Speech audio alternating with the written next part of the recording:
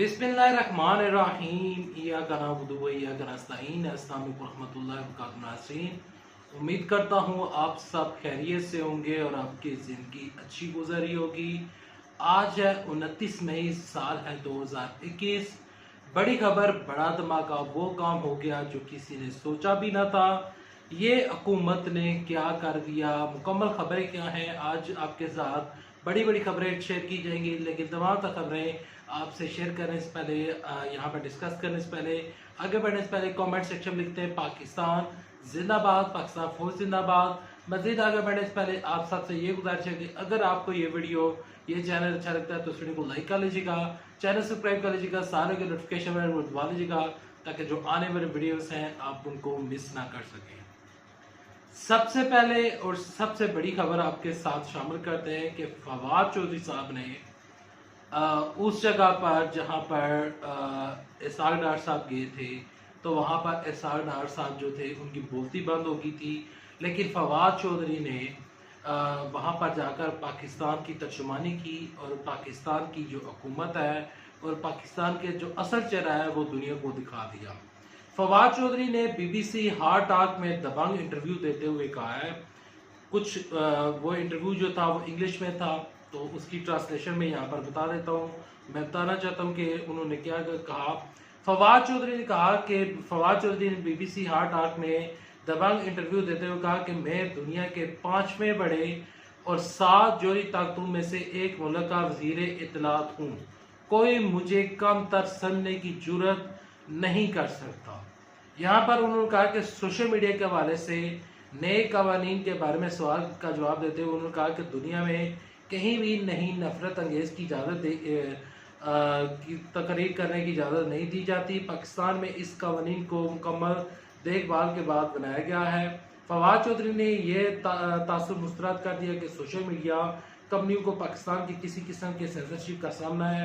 उन्होंने आज आलमी सतह पर होने वाले तरक्की में उनका हिस्सा है जिनका मैं एहतराम करता हूँ और तमाम जो कंपनीज हैं उनको शामिल करता हूँ।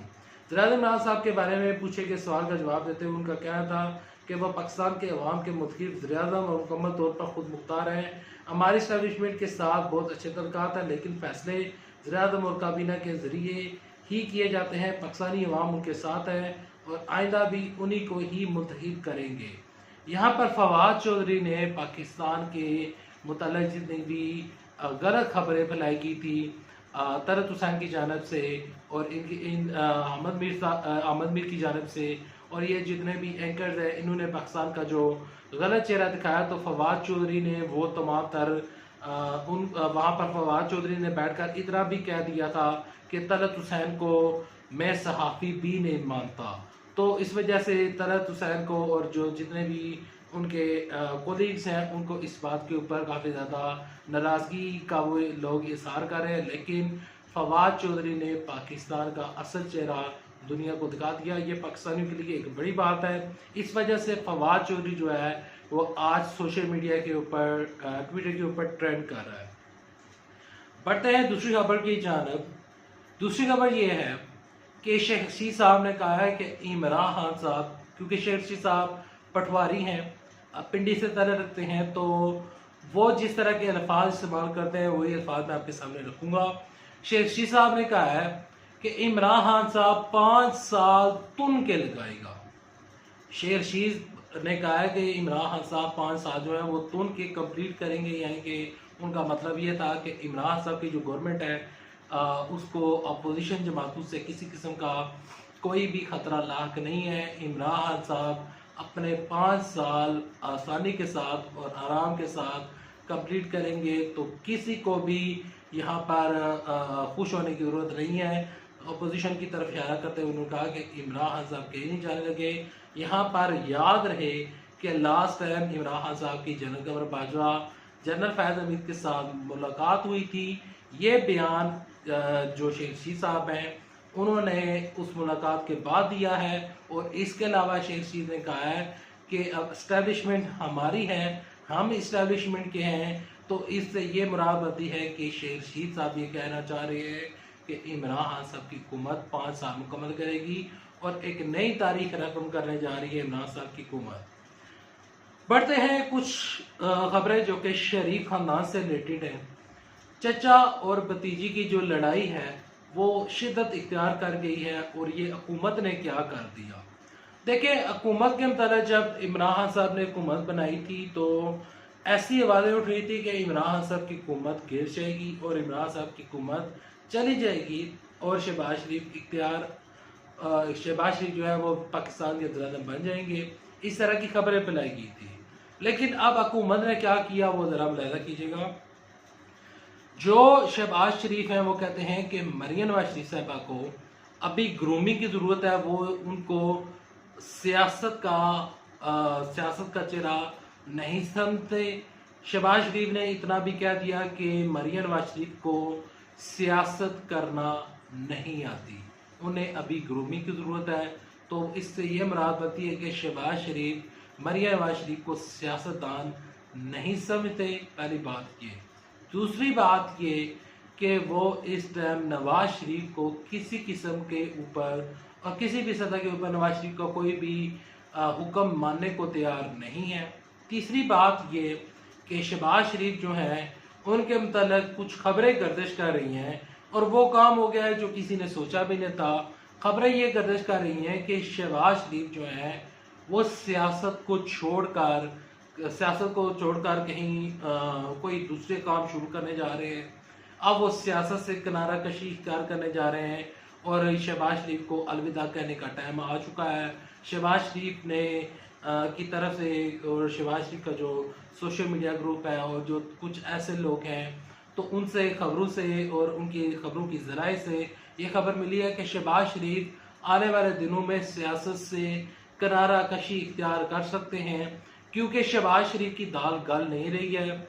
मरियम नवाज शरीफ चाहे जो मर्जी हो वो चचा जान को ज़्यादा बनता हुआ देखना नहीं चाहती। और यहाँ पर एक और चीज़ भी है कि शहबाज शरीफ चाहते हैं कि मरियम नवाज शरीफ ज़्यादा ना बने और यहाँ पर जो नवाज शरीफ हैं उनका किसी किस्म का NRO साइन नहीं हो रहा, क्योंकि इमरान खान साहब ने कहा है कि जो मर्जी कर लें, मैं NRO किसी को नहीं दूंगा। अच्छा, शहबाज शरीफ जो हैं वो इमरान खान साहब से NRO लेने के लिए उन्होंने कल फजलुर रहमान साहब से रब्ता किया है। तो फजलुर रहमान साहब जो हैं उनको फजलुर रहमान साहब ने शहबाज शरीफ को जुराने के ऊपर बुलाया हुआ था और जब जुराने के ऊपर बुलाया हुआ था तो वहाँ उसके बाद एक प्रेस कॉन्फ्रेंस की गई। उस प्रेस कॉन्फ्रेंस में बजाय कि वो हुकूमत के ऊपर कुछ कहते, शहबाज शरीफ ने वहाँ पर कोरोना की वैक्सीन का जिक्र किया और इसके अलावा कि वो अगली अपनी कोई हिकमत अमली के बारे में बताते।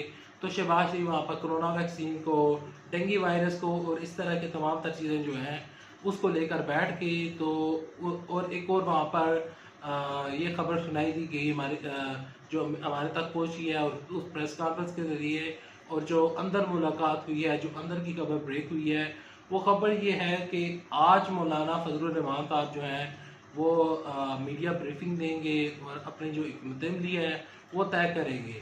शेख रशीद साहब ने कहा है कि सिर्फ और सिर्फ फजलुर रहमान साहब जो हैं वो सिर्फ अपोजिशन जमातों का और अपोजिशन लीडर का रोल निभा रहे हैं।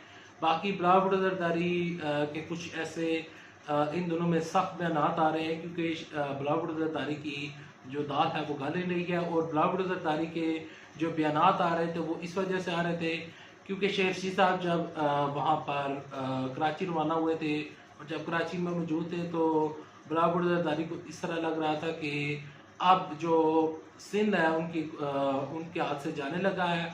तो इस वजह से इस तरह के बयान हमारे सामने आ रहे थे। यहाँ पर जो मरियम नवाज शरीफ का शरीफ फैमिली है उनके लिए जो बुरी खबरें हैं वो ये हैं कि हसन नवाज और हुसैन नवाज इमरान साहब की हुकूमत में वापस नहीं आ सकते। जो कैप्टन सफदर है उनकी भी दाल नहीं कर रही, मरियम नवाज की भी दाल नहीं कर रही। शरीफ खानदान मुश्किलात का शिकार होता जा रहा है और सबसे बड़ी खबर यह है कि शहबाज शरीफ इस टाइम हाथ मार रहे हैं और वो देख रहे हैं और सोच रहे हैं कि आया कि मैं इस दफ़ा अपोजिशन लीडर क्यों बना था। और एक तरफ तो उनके ख़ानदान वालों ने उनको तंग किया हुआ है, दूसरी जानब जो है वो बिलावल जरदारी और उनके जो इत्तेहादी हैं उन्होंने मिलकर एक फ़ैसला किया है कि अपोजिशन लीडर से शहबाज शरीफ को ये जो ओहदा है वो उनसे छीन लिया जाए।